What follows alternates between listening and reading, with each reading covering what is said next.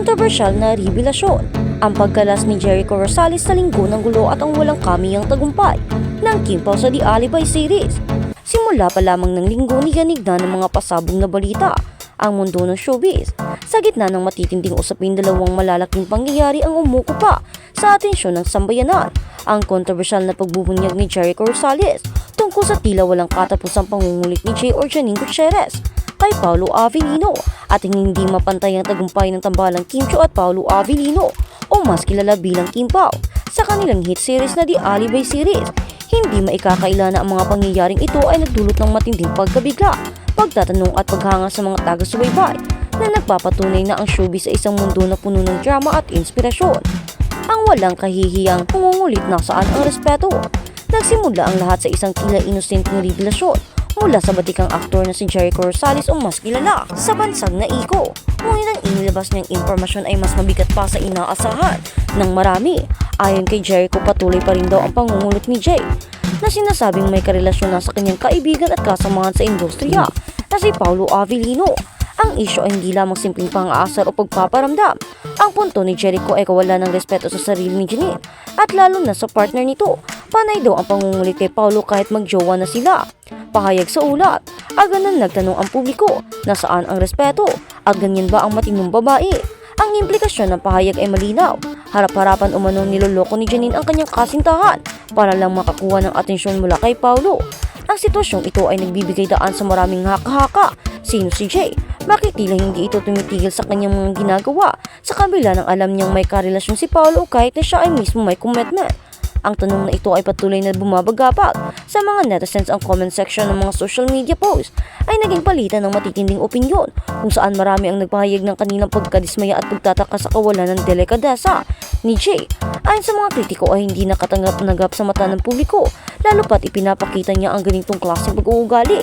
Sa harap ng lahat, hindi rin nakatiis si Jericho. Lumitaw siyang muli marahil dala ng pagkadismaya at pagtatanggol sa kanyang kaibigan.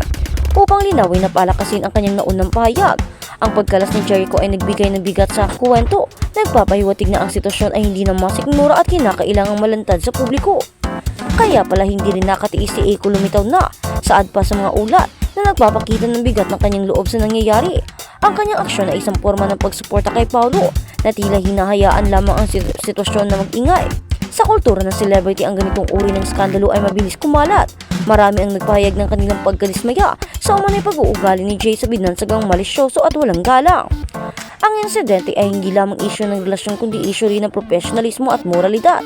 Bilang mga pampublikong figura, inaasahan na mayroon siyang tsak na pamantayan ng pag-uugali at ganitong uri ng aksyon ay nagdudulot ng batik sa kanilang imahe. Ito ang presyo ng kasikatan at magpili sa bawat aksyon ay may kaakibat na malaking responsibilidad. Ang pag-angat ng Kim Pao, The Alibay series na humigit sa linlang. Sa kabilang banda naman, isang napakagandang balita ang bumalot sa industriya na siyang nagpabaling sa atensyon ng marami mula sa intriga patungo sa inspirasyon. Patuloy na pinag-usapan ang matinding tagumpay ng proyekto ng tambalang Kim Pao, sina Kim Chiu at Paolo Avellino sa kanilang teleserye The Alibay series. Napaka-successful ng series na ito na ngayon ay nationwide trending. Ang daming bumbere at namamangha sa lalim ng karakter ni Vincent at Stella na ginagampanan ni Paolo at Kim. Sino nga ba ang mag-aakala na higatan pa nila ang kanilang naunang phenomenal hit, ang linlang? Sa katunayan, ang pagtanggap ng publiko sa The Alibay series ay nagbigay daan sa mga netizens at kritiko na ideklara itong kanilang pinakamahusay na obra bilang tambalan. Sa The Alibay series talagang lumabas ang husay ni Kim Chiu, ang kanyang kakayahan na makipagsabayan sa pag-arte sa mga veterano at maging sa mga batang artista ay patunay na siya ay hindi na lamang isang love team era star. Ang husay niya ay damang-dama lalo na sa mga eksenang kasama si Paolo Avellino. Ang kanilang chemistry ay sadyang palaban at natural na nagpapatunay na ang tama ang desisyon ng produksyon na sila ang pasamahin. Pinuri si Kim sa kanyang pagiging versatile at sa pagpapakita ng kakaibang atake sa kanyang karakter bilang si Stella na malayo sa kanyang mga nakasanayang ginagampanan. Ayon sa mga komento ng mga taga-subaybay, tama ang husay. Ang husay lahat ng episode sinusubaybayan namin. Excited na kami sa mga susunod na magaganap. Ibang Kimi o Kim Chiu raw ang nakikita ngayon mas mature at mas malalim. Ang kanyang pagganap kasabay ng solidong suporta ni Paolo Avellino ay nagbibigay ng bagong benchmark sa kanilang kalidad ng Philippine television drama. Si Paolo sa kabilang banda ay nagpapakita ng kanyang angking talino sa pagdala ng mabibigat na emosyon na nagpapatunay na siya ay isa sa mga pinakamahusay na aktor ng kanyang henerasyon. Ang mga bashers at haters na nagsasabi, umay na sa tambalan ni Kim Chiu at Paolo Avellino ay tsak na napahiya sa resulta ng The Alibi series. Ang mga sinasabi nilang umay na ay nabaliktad dahil sa patuloy na pag-ani ng mga positive feedback at mataas na ratings ang kanilang obrang ito ay nagpapatunay na ang dedikasyon at husay ay magdadala sa iyo sa rurok ng tagumpay. Anuman ang sasabihin ng mga kritiko, ang kalidad ng produksyon mula sa casting hanggang sa mismong direksyon ay napakalinis at napakahusay. Ito ang ehemplo ng magandang sabayan sa industriya kung saan ang lahat ay nagtutulungan para makagawa ng isang obra na tatak sa isip at puso ng mga manunood. Ang The Alibi series ay hindi lamang isang teleserye, isa itong pagpapatunay na ang talento at sipag ay tunay na nagbubunga nang walang kamiyang tagumpay. Ang serye ay nagpapakita ng mataas na standard ng filmmaking na siyang hinahanap ng mga manunood. Ang chemistry ng Kim at Paolo ay nagmistulang masterclass sa pag-arte.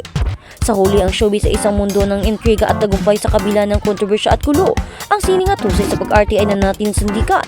Ang mga pangyayari kina Jay at Paolo ay magsisilbing aral at respeto at moral dead ay mahalaga, habang ang tagumpay ng Kim Pao ay magsisilbing inspirasyon ng talento at pagtatadya at hindi kailangan pagtatyaga ay hindi kailangan magpatalo.